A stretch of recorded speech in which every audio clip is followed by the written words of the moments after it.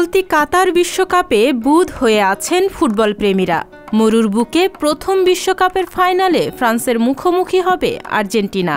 Argentina নাকি France, বিশ্বকাপের চূড়ান্ত ফলাফল কী হবে, এ নিয়েই উৎকণ্ঠায় প্রহর গুনছেন ফুটবল ভক্তরা।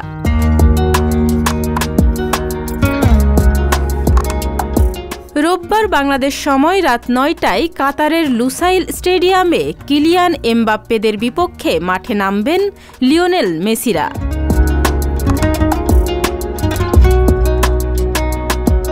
এদিকে এই উৎসবকে সামনে রেখে শনিবার সন্ধ্যায় কাতারের উদ্দেশ্যে ভারত ছেড়েছেন বলিউডের তারকা অভিনেত্রী দীপিকা পাড়ুকন।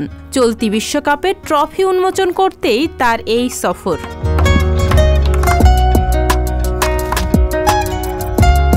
ভারত ছাড়ার আগে মুম্বাই বিমানবন্দরে হাসি মুখে ধরা দিয়েছেন দীপিকা। খোশমেজাজেই আলোকচিত্রীদের সামনে পোজ দিয়েছেন তিনি। এ সময় তার পরনে ছিল খাকি কোট প্যান্ট, সঙ্গে সাদা টপ।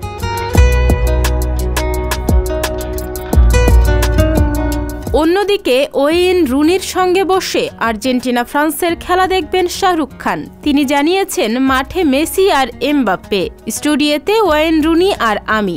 আমাদের সঙ্গে বাড়িতে বসে লাইভ দেখুন আপনারাও।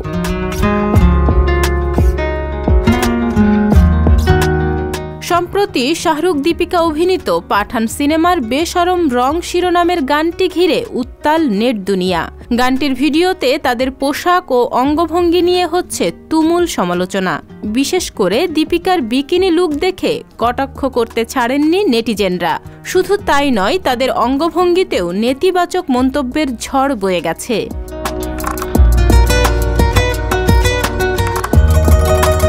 তাহনিয়া ইয়াসমিন, বিনোদন ডেস্ক, সংবাদ প্রকাশ।